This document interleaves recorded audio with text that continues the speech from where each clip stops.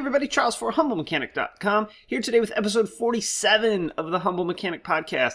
I can't believe we're almost at 50. How freaking cool is that? Today I want to talk about something a little different than I really ever talked about before, and that's being aware of the situation you put yourself in while you're driving. So, sort of think of like driving through a really bad part of town in the middle of the night with a convertible with the top down, that kind of thing. This all comes about from something that actually happened to me, I want to say it was August, September of last year, and a really weird situation, you know, the kind where the hair stands up on your arms a little bit, and I want to share it with you guys so that you start to sort of pay attention to what's going on around you, and stop texting while you're driving. So I'm going to work, it's a Saturday morning, 6:20 a.m., barely light out, still had my headlights on, had the tunes blaring, windows cracked just a little bit because it was a nice cool morning. And I come around this curve in the back roads, and it's not a bad area at all. It's actually just beyond the bad area. And I see this woman standing in the road. Really, really weird to see a woman standing in the middle of the road at 6:15 or 6:20 in the morning. So I slow down and I roll my window about a third of the way down and ask her if she needs some help. And she says, yes, I need some help. My car died. Can you give me a jump start? So there's a car parked like 100 yards forward of where her and I are. And I look up, I see the car, so there's definitely a car there. And, it's a bad time when you kind of have to lie to someone that, may be stranded. So I tell her, no, I don't have any jumper cables. I can't do anything. She asked me to jump start her car, and as soon as I see the car, I realize something's not right.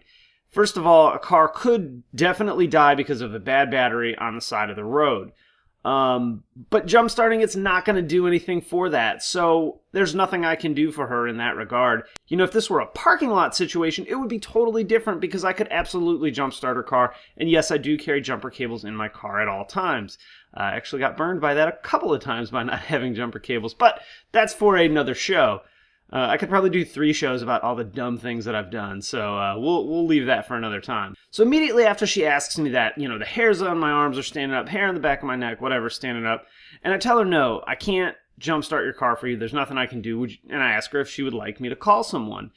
And she looks at me shocked that I don't have jumper cables or won't help her, and she says, no, I don't have anybody you could call. So again, really, really weird things are happening at this point.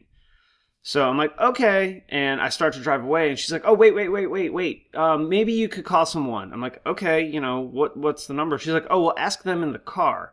That's weird, right? So I'm like, okay, no problem. So I drive up to the car, window, that far down, just barely cracked, and I see 2 huge dudes in the driver and passenger seat. So window comes up, car goes much faster, and I get the heck out of there because clearly there was something that wasn't right. If the lady needed help, she would have known who to call right then. If the lady needed help, that's fine. I would have probably wanted to help her, but there's always trigger words that people say or things that people say that just don't make sense. Now, I know when she asked me for a jump start, that's kind of a universal thing. When someone doesn't know anything about cars, they say, oh, my battery's dead. So maybe she just didn't know any better, but because I did know better, there was no way I was going to stop and pull over. To this day, I am 100% convinced that had I pulled over and tried to give them a jump start, I probably would have gotten mugged or much, much worse. So it's sad that you can't feel like you want to help everyone because of situations like that. But there's nothing good that would have come out of that, barely light outside, kind of middle of nowhere type situation if I would have stopped and helped them. So anyway, I roll out, I call my wife and tell her, don't go to work this way, go the other way, whatever. And she says, hey, you need to call the police. So I dilly-dally a little bit, call the police. They, of course, go by and don't find anything. But, it was really scary thinking like I could have almost gotten mugged had I been a good Samaritan and pulled over and, tried to help these folks. Or the other side of that is I totally left somebody stranded and didn't help them. And that's kind of a bummer too, not a feeling that I really like to have. So it's tough. It's really tough to make that decision of, do I stop and help this person? Is this a good situation? Or if I stop and help this person, am I going to wind up, in a really bad spot? So how did I decide whether to help them or not? Well, it was pretty clear once she said ask them in the car that something wasn't right. And then when I got to the car, that feeling was 100% confirmed by the look of the two giant dudes sitting in the car. This was also on the side of the road, not in a parking lot. There was no lighting at all. All the things that, like in a scary movie, you're yelling at the TV for the the main character not to do, and they do anyway. It was all of those things added up together, and again, huge red flag. So how do you avoid situations like that yourself? Well, paying attention is number one key thing. This is a road that I drive every single day, and now when I go, I try to pick something that I haven't seen before, like a road sign, or these people put their trash cans out on Tuesday instead of never. Really being aware of the surroundings that you're in and the situations that you're going through can help you avoid sort of getting in a situation or a bad time that you do not want to be in. We can do all the maintenance on our car we want. We can have all the tools to fix our car in the trunk that we want. But one stupid mistake or bad decision because, you really wanted to be a good Samaritan can wind you up in a really bad spot. Situational awareness is key throughout your entire life, but specifically when we're in our vehicles, we really are very vulnerable. I do things like not pull all the way up to the car in front of me when I'm stopped at a stoplight. It may be paranoid, but, there was actually one time where I was with my wife and my sister, and we were leaving the mall or something goofy like that. And had I pulled all the way up to the car in front of us, we would have gotten in an accident. There was a car that came sort of skidding through and wind up sliding right between me and the car in front of me. So thank goodness I wasn't pulled all the way up, because that guy would have smashed right into us. So little things like that, just pay attention to what you're doing, pay attention to the surroundings that you're in, pay attention to the people that are around you, and hopefully you can avoid, getting in a bad spot.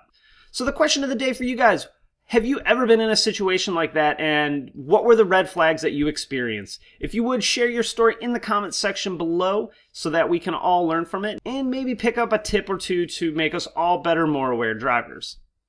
All right, guys, I'm going to wrap it up there. If you have any questions or comments, again, post them in the comments section below. Hey, if you like the video, throw it a thumbs up on YouTube.